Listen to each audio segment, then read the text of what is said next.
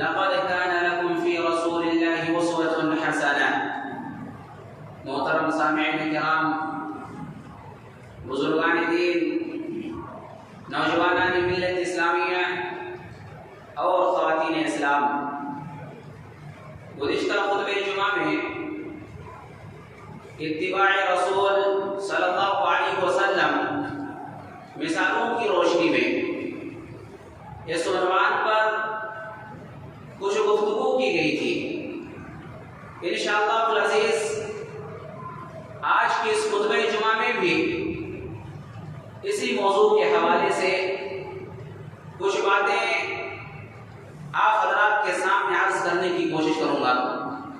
اللہ رب العالمین سے دعا ہے کہ رب العالمین مجھے حق بات کہنے، کتاب و سنت کے مطابق بیان کرنے، ہم سب کو حق بات سننے اور اس پر عمل کرنے کی توفیق عطا فرمائے، آمین۔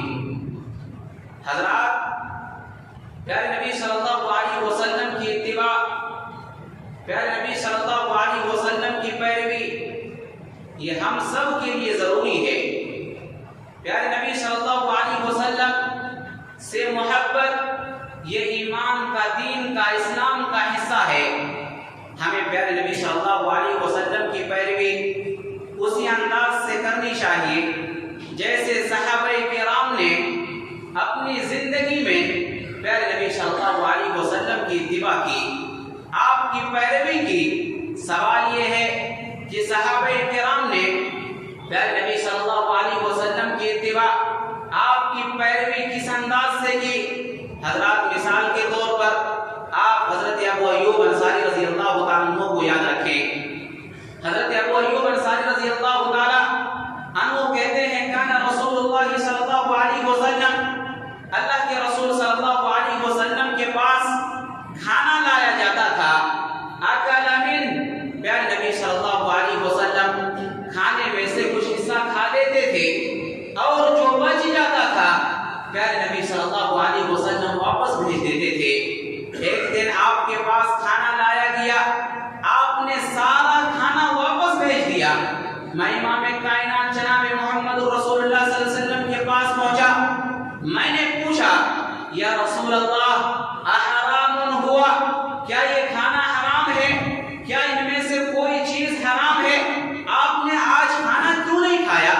میں نے پوچھا تو پیارے نبی صلی اللہ علیہ وسلم نے جواب دیا لا، نہیں، کھانا تو حرام نہیں ہے، فیہا ثومن، لیکن اصل بات یہ ہے کہ اس کھانے کے اندر لہسن ملا ہوا ہے، اور وَلَكِنِّي أَكْرَهُ مِنْ أَجْلِ رِيحِهِ، میں اس کی بدبو کو ناپسند کرتا ہوں، میں اس کی ریح کو ناپسند کرتا ہوں، اس وجہ سے میں نے آج کھانا تناول نہیں کیا۔ حضرت ابو ایوب انصاری رضی اللہ تعالیٰ عنہ کہتے ہیں اکرہ ما کریتا، یہ اللہ کے نبی صلی اللہ علیہ وسلم جو آپ کو ناپسند ہے وہ مجھے بھی ناپسند ہے۔ آج کے بعد میرے گھر میں لہسن نہیں پکے گا، آج کے بعد میری ہنڈیوں میں لہسن کو نہیں بنایا جائے گا۔ حضرات، یہاں پر دیکھیں اتباع کسے کہتے ہیں؟ پیارے نبی صلی اللہ علیہ وسلم کو جو ناپسند ہے وہی صحابہ کرام کو بھی ناپسند ہے۔ حضرات، آج آپ دیکھیں کتنی چیزیں ہیں جن کو ہم انجام دیتے ہیں، جو چیزیں ہمارے نزدیک بہت ہی زیادہ محبوب ہیں، جن کو پیارے نبی صلی اللہ علیہ وسلم پسند نہیں کرتے تھے۔ آج گانا بجانا، میوزک بجانا، شادی بیاہ میں بیجا تصرفات کرنا، یہ چیزیں ہمارے نزدیک محبوب ہو گئی ہیں۔ یہ ساری کی ساری چیزیں پیارے نبی صلی اللہ علیہ وسلم ان کو پسند نہیں کیا کرتے تھے۔ حضرات، ہم اہل الحدیث ہیں، ہم یہ دعویٰ کرتے ہیں کہ ہم پیارے نبی صلی اللہ علیہ وسلم سے سچی محبت کرتے ہیں، پیارے نبی صلی اللہ علیہ وسلم کی سچی پیروی کرتے ہیں، سچی اتباع کرتے ہیں، ہم یہ دعویٰ کرتے ہیں۔ لیکن حضرات، اگر دیکھا جائے، حقیقی ناحیے سے دیکھا جائے تو جب تک ہم مسجد میں ہوتے ہیں اس وقت تک ہم پیارے نبی صلی اللہ علیہ وسلم کی اتباع کرتے ہیں۔ ہم بظاہر آمین بالجہر کہہ لیتے ہیں، بظاہر ایسا ہوتا ہے کہ ہم پیر سے پیر ملا کر کے کھڑے ہو جاتے ہیں، امام کے پیچھے سورہ فاتحہ کی تلاوت کر لیتے ہیں، رفع الیدین کر لیتے ہیں۔ مسجد کے حد تک ہم پیارے نبی صلی اللہ علیہ وسلم کی اتباع مسجد سے نکلتے ہیں، ہم اپنے گھر کے اندر پہنچتے ہیں، بازار میں پہنچتے ہیں، ہماری ازدواجی زندگی کا معاملہ ہو، معیشت کا معاملہ ہو، کاروبار کا معاملہ ہو، یا پھر بزنس کا معاملہ ہو، معیشت کا معاملہ ہو، قیادت کا معاملہ ہو، دوستانہ ماحول کا تعلق ہو، ہمارے والدین کا معاملہ ہو، ان تمام امور میں ہم پیارے نبی صلی اللہ علیہ وسلم کی سنت کو نظر انداز کر دیتے ہیں، پیارے نبی صلی اللہ علیہ وسلم کے طریقے کو نظر انداز کر دیتے ہیں۔ اس کے باوجود ہم پیارے نبی صلی اللہ علیہ وسلم سے محبت کا دم بھرتے ہیں۔ حضرات، پیارے نبی صلی اللہ علیہ وسلم کی چند چیزوں کو اختیار کر لینا اور چند چیزوں کو چھوڑ دینا، یہ محبت رسول کی دلیل نہیں ہے، یہ اتباع رسول کی دلیل نہیں ہے۔ حضرات، ضرورت ہے کہ پیارے نبی صلی اللہ علیہ وسلم نے جن چیزوں کو ناپسند کیا، ہم بھی ان چیزوں کو ناپسند کریں۔ پیارے نبی صلی اللہ علیہ وسلم نے جن چیزوں کو کیا، ہم بھی ان چیزوں کو کریں، یہ اصل اتباع ہے۔ ویسا ہی جیسا کہ حضرت ابو ایوب انصاری رضی اللہ تعالیٰ عنہ نے کہا کہ اللہ کے رسول، جب آپ کو لہسن ناپسند ہے تو آج کے بعد مجھے بھی لہسن ناپسند ہے۔ حضرات، اگر آپ اتباع رسول کی مثال کو دیکھنا چاہتے ہیں تو حضرت عمر فاروق رضی اللہ تعالیٰ عنہ کو یاد کریں۔ حضرت عمر فاروق رضی اللہ تعالیٰ عنہ حج کے دوران حجر اسود کے پاس پہنچے، حجر اسود کو بوسہ دیا اور کہا انی اعلم انک حجر، اے حجر اسود، مجھے معلوم ہے کہ تو ایک پتھر ہے، لا تضر ولا تنفع، تو نہ تو نقصان پہنچا سکتا ہے اور نہ ہی نفع پہنچا سکتا ہے۔ ولولا انی رأیت النبی صلی اللہ علیہ وسلم یقبلک ما قبلتم، اگر میں نے امام کائنات جناب محمد رسول اللہ صلی اللہ علیہ وسلم کو تجھے بوسہ دیتے ہوئے نہ دیکھا ہوتا تو میں بھی تجھے بوسہ نہ دیتا۔ حضرات، اس روایت کے اندر غور کریں، حضرت عمر فاروق رضی اللہ تعالیٰ عنہ کیا کہہ رہے ہیں؟ اے حجر اسود، لا تضر ولا تنفع، نہ تو نقصان پہنچا سکتا ہے اور نہ ہی نفع پہنچا سکتا ہے۔ حضرات، آج ہمارے عقائد کیا ہے؟ ہم انگوٹھی پہنتے ہیں، ہم انگوٹھیوں کا استعمال کرتے ہیں، ہم اگر 10 قسم کے انگوٹھی پہنتے ہیں تو 10 قسم کے انگوٹھیوں میں 10 سوراخ ہوتے ہیں، 10 قسم کے پتھر لگاتے ہیں اور الگ الگ عقائد ہمارے پاس ہوتے ہیں۔ حضرات، یہ ڈائمنڈ کا پتھر ہے، اس سے گھروں کے اندر بیماریاں نہیں آتی ہیں۔ یہ موتی کا پتھر ہے، اس سے گھروں کے اندر، ہمارے گھروں کے اندر برکتیں آتی ہیں۔ یہ ہیرے کا پتھر ہے، اس سے بلائیں ٹل جاتی ہیں۔ نہ جانے کس انداز سے ہم عقائد اپنے پاس رکھتے ہیں۔ حضرات، یاد رکھیے، ڈائمنڈ کا پتھر ہو یا پھر ہیرے اور موتی کا پتھر ہو، کوئی بھی پتھر ہو، وہ حجر اسود سے بہتر نہیں ہو سکتا، وہ حجر اسود سے عظیم نہیں ہو سکتا۔ اور حجر اسود کے بارے میں حضرت عمر فاروق رضی اللہ تعالیٰ عنہ نے فرمایا، لا تضر ولا تنفع، اے حجر اسود، میں جانتا ہوں کہ تو ایک پتھر ہے اور تو نہ تو نقصان پہنچا سکتا ہے اور نہ ہی نفع پہنچا سکتا ہے۔ حضرات، اس کائنات کا سب سے عظیم پتھر جو کہ حجر اسود ہے، حجر اسود جب نفع و نقصان کا مالک نہیں ہے تو جو اس سے کم تر پتھر ہے، اس سے نفع و نقصان کی امید رکھنا یہ حماقت نہیں تو اور کیا ہے۔ حضرات، حضرت عمر فاروق رضی اللہ تعالیٰ عنہ کہتے ہیں، ولولا انی رأیت النبی صلی اللہ علیہ وسلم یقبلک ما قبلتک، اگر میں نے امام کائنات جناب محمد رسول اللہ صلی اللہ علیہ وسلم کو تجھے بوسہ دیتے ہوئے نہ دیکھا ہوتا تو میں تجھے کبھی بوسہ نہ دیتا۔ مقصد پتھر کو بوسہ دینا نہیں ہے، مقصد پتھر کو چومنا نہیں ہے، مقصد یہ ہے کہ پیارے نبی صلی اللہ علیہ وسلم کی اتباع کی جائے، پیارے نبی صلی اللہ علیہ وسلم کی پیروی کی جائے۔ حضرت عمر فاروق رضی اللہ تعالیٰ عنہ نے پیارے نبی صلی اللہ علیہ وسلم کی اتباع اور پیروی کرتے ہوئے پتھر کو بوسہ دیا۔ پتھر کو بوسہ دینا مقصد نہیں تھا، بلکہ پیارے نبی صلی اللہ علیہ وسلم کی اتباع اور پیارے نبی صلی اللہ علیہ وسلم کی پیروی کرنا مقصود تھا۔ حضرات، اس کو کہتے ہیں اتباع، اس کو کہتے ہیں پیروی۔ حضرت عمر فاروق رضی اللہ تعالیٰ عنہ تھوڑی دور حجر اسود کے پاس سے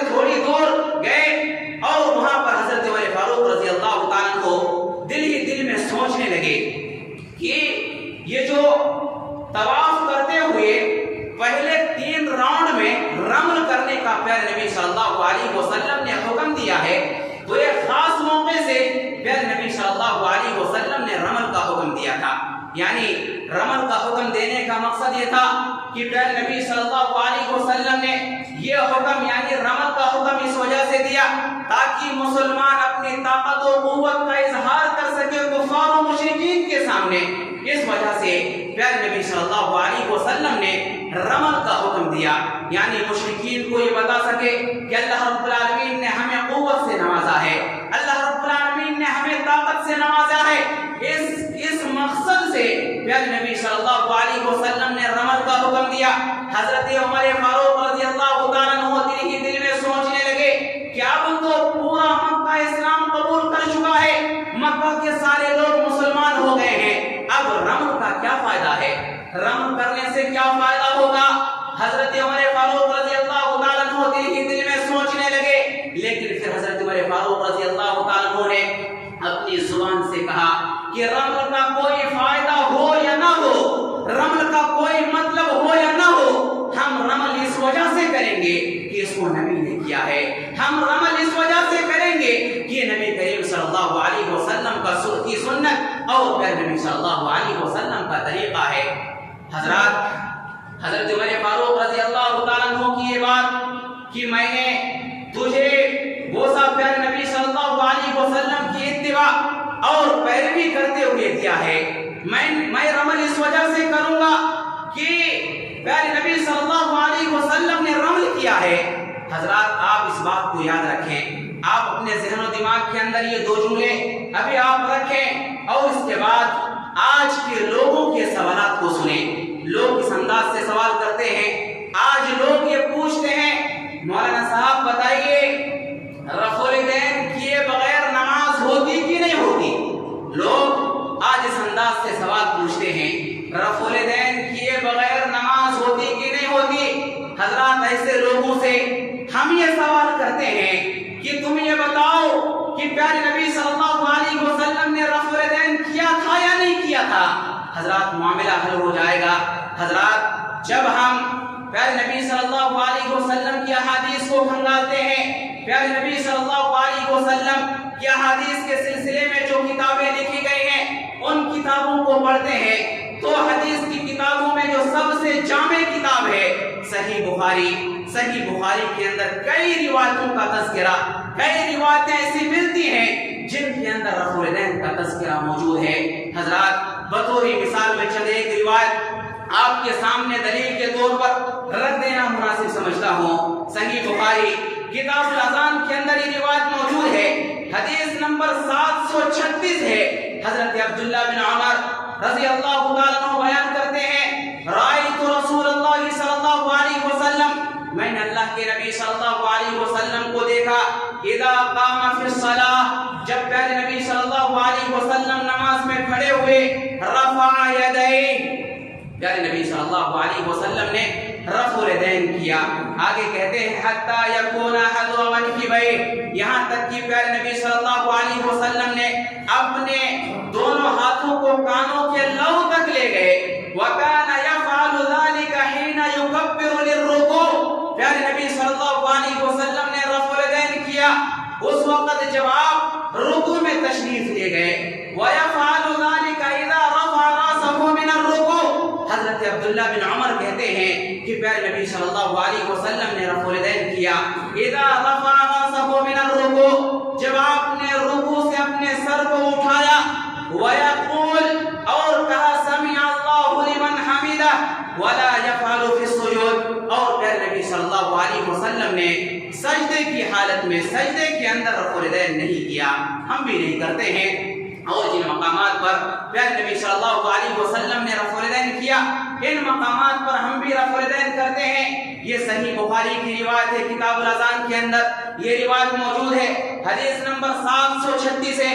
اسی طرح سے حدیث نمبر 737 کو دیکھیں، صحیح بخاری کتاب الاذان حدیث نمبر 737 ہے، ان ابی قلابہ انہ رأى مالک بن حویرث، ابو قلابہ رحمۃ اللہ علیہ فرماتے ہیں کہ انہوں نے مالک بن حویرث رضی اللہ تعالیٰ عنہ کو دیکھا، اذا صلی، مالک بن حویرث رضی اللہ تعالیٰ عنہ نماز کی ادائیگی کر رہے تھے، تھے کبرا، انہوں نے تکبیر تحریمہ کہا، ورفع یدیہ، اور انہوں نے رفع الیدین کیا، وَإِذَا أَرَادَ أَن يَرْكَعَ رَفَعَ يَدَيْهِ، اور جب انہوں نے رکوع کرنے کا ارادہ کیا تو انہوں نے رفع الیدین کیا، وَإِذَا رَفَعَ رَأْسَهُ مِنَ الرُّكُوعِ، اور جب انہوں نے رکوع سے سر اٹھایا تو انہوں نے رفع الیدین کیا، وَحَدَّثَ أَنَّ رَسُولَ اللَّهِ صلی اللہ علیہ وسلم صنع هكذا، اور انہوں نے بیان کیا کہ پیارے نبی صلی اللہ علیہ وسلم نے کیسے ہی کیا تھا۔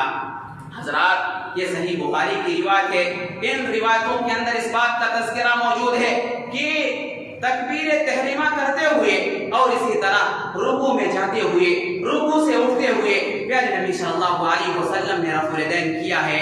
اور اسی طرح حدیث صحیح بخاری کتاب الاذان کے اندر یہ روایت موجود ہے، حدیث نمبر 739 ہے۔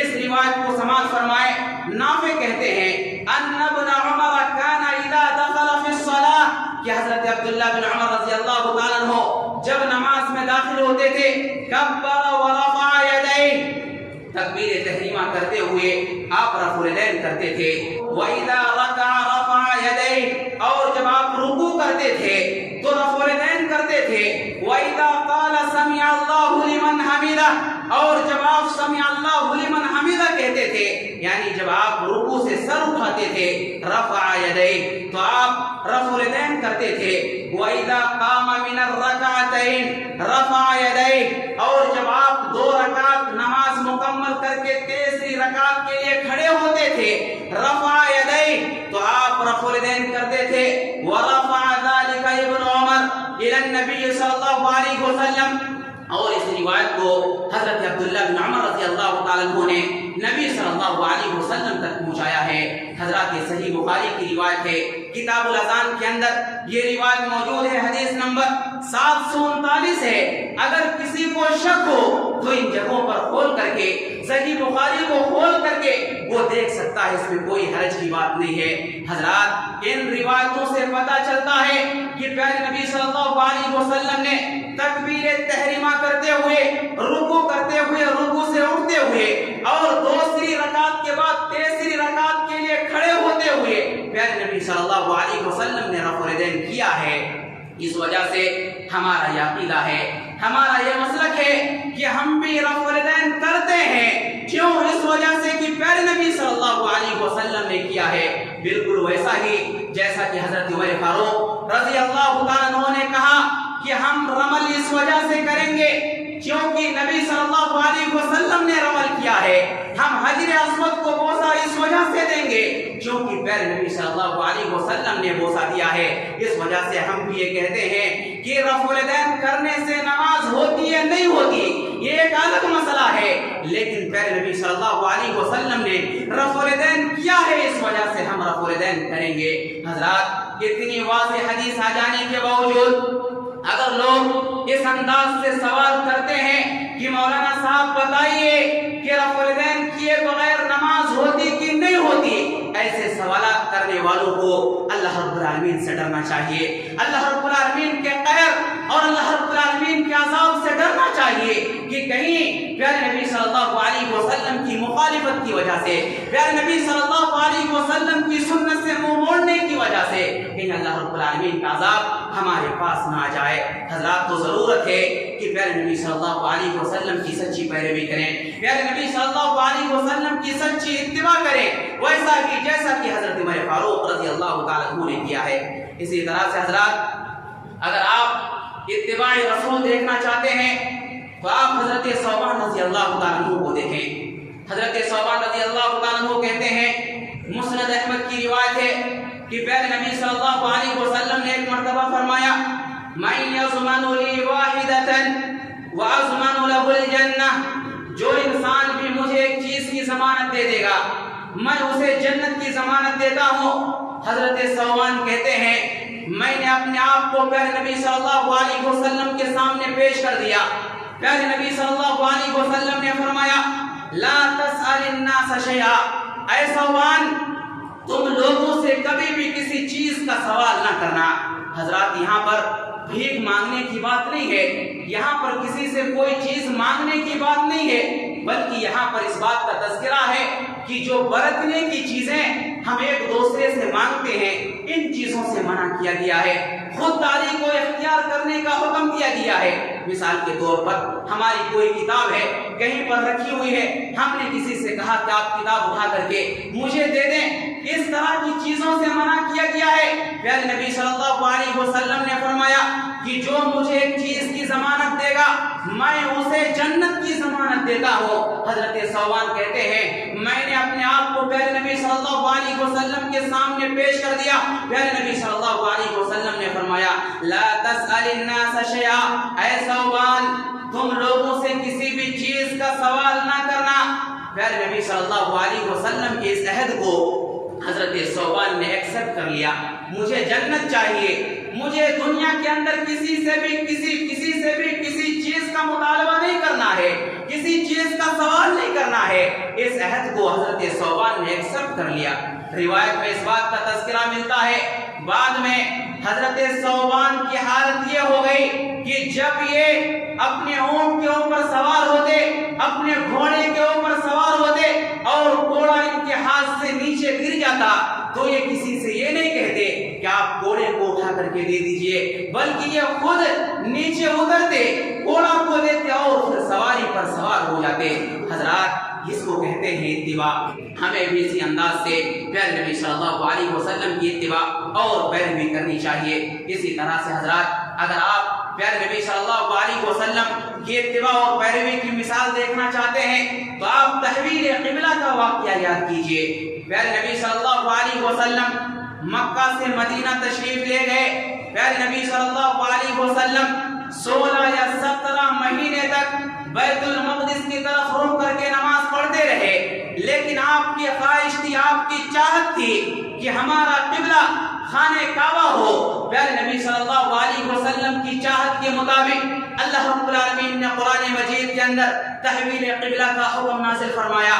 پیارے نبی صلی اللہ علیہ وسلم نے سب سے پہلے عصر کی نماز خانہ کعبہ کی طرف رخ کر کے ادا کی۔ چند لوگوں نے بھی پیارے نبی صلی اللہ علیہ وسلم کے ساتھ نماز کی ادائیگی کی۔ جن لوگوں نے نماز کی ادائیگی کی ان میں سے ایک شخص پیارے نبی صلی اللہ علیہ وسلم کے ساتھ نماز کی ادائیگی کرنے کے بعد وہاں سے نکلا۔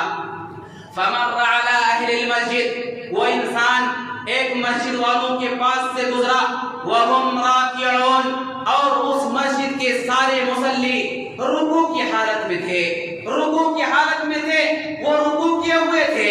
اس صحابی رسول نے جنہوں نے پیارے نبی صلی اللہ علیہ وسلم کے پیچھے خانہ کعبہ کی طرف رک کر کے نماز کی ادائیگی کی تھی، اس صحابی رسول نے کہا اشہد باللہ، میں اللہ رب العالمین کی قسم کھا کر کے کہتا ہوں لقد صلیت مع النبی صلی اللہ علیہ وسلم قبل مکہ، میں نے پیارے نبی صلی اللہ علیہ وسلم کے ساتھ خانہ کعبہ کی طرف رک کر کے نماز کی ادائیگی کی ہے۔ حضرات پیارے نبی صلی اللہ علیہ وسلم کی حدیث صحابہ کرام تک پہنچ گئی۔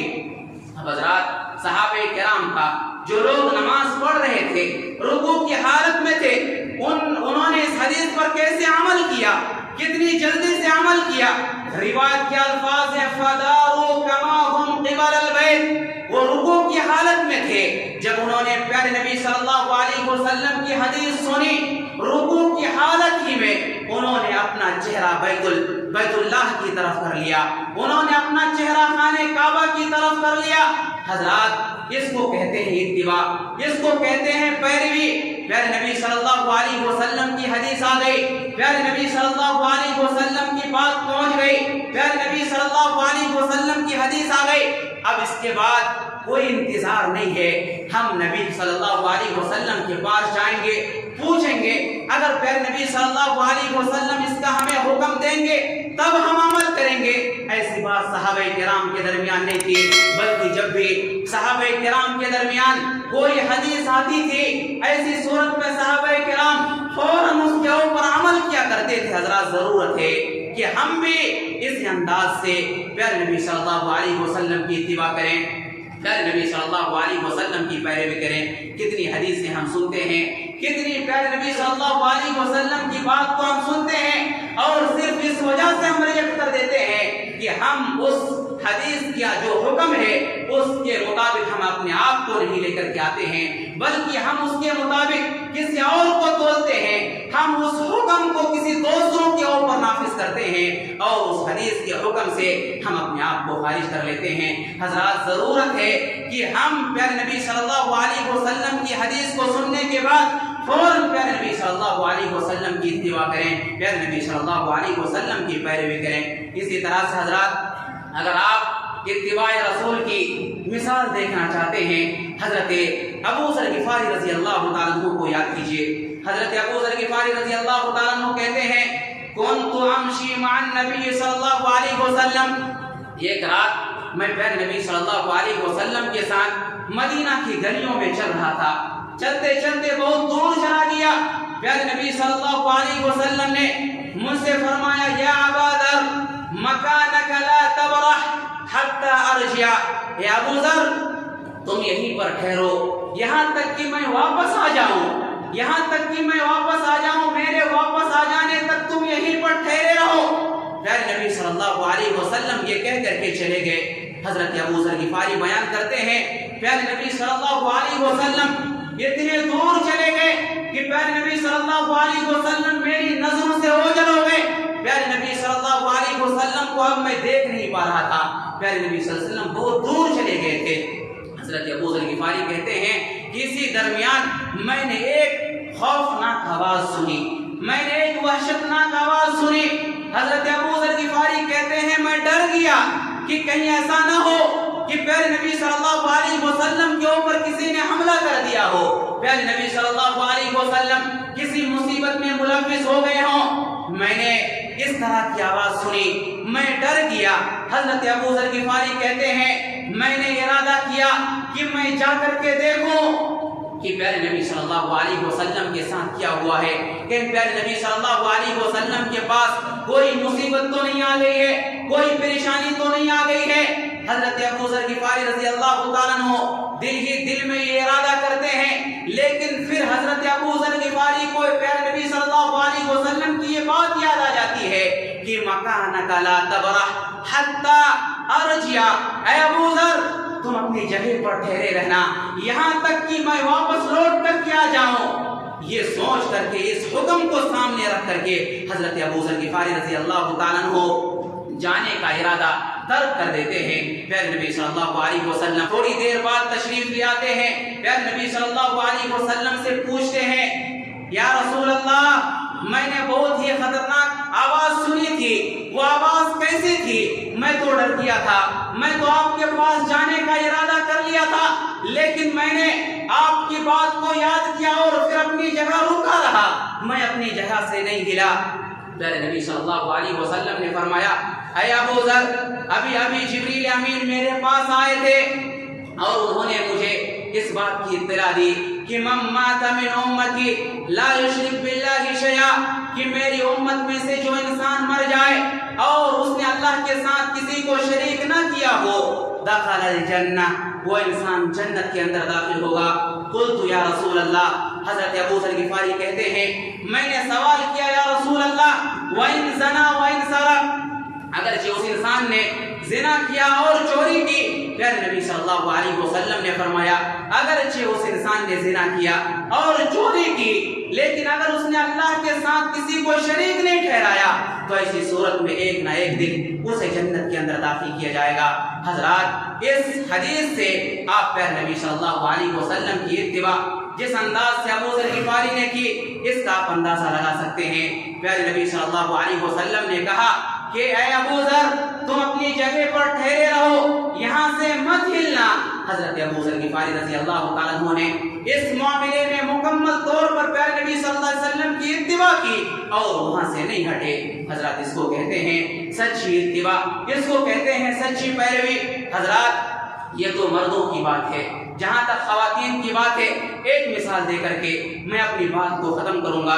سنن ابی داؤد کی روایت ہے، حضرت ابو سعید انصاری رضی اللہ تعالیٰ عنہ بیان کرتے ہیں انہ سمع رسول اللہ صلی اللہ علیہ وسلم یقول، کہ انہوں نے اللہ کے رسول صلی اللہ علیہ وسلم کو کہتے ہوئے سنا وَهُوَ خَارِجٌ مِّنَ الْمَسْجِدِ، پیارے نبی صلی اللہ علیہ وسلم مسجد سے نکل رہے تھے. پیارے نبی صلی اللہ علیہ وسلم نے مسجد سے نکلتے ہوئے دیکھا کہ مرد حضرات خواتین کے ساتھ خلط ملط راستے میں چل رہے ہیں. پیارے نبی صلی اللہ علیہ وسلم نے خواتین کو مخاطب ہو کر کے فرمایا, اے خواتینوں, تمہارے لیے مناسب نہیں ہے کہ تم راستے کے بیچوں بیچ چلو, تم راستوں کے درمیان سے چلو, یہ تمہارے لیے مناسب نہیں ہے. پیارے نبی صلی اللہ علیہ وسلم نے فرمایا, علیکن بحافات الطریق, تمہارے لیے ضروری ہے, اے خواتینوں, تمہارے لیے ضروری ہے کہ تم راستے کے کنارے کو لازم پکڑو. راستے کے کنارے کو لازم پکڑنے کی تعلیم پیارے نبی صلی اللہ علیہ وسلم نے دی. خواتین کو پیارے نبی صلی اللہ علیہ وسلم نے یہاں یہ حکم دیا. خواتین کی حالت کیا ہوئی؟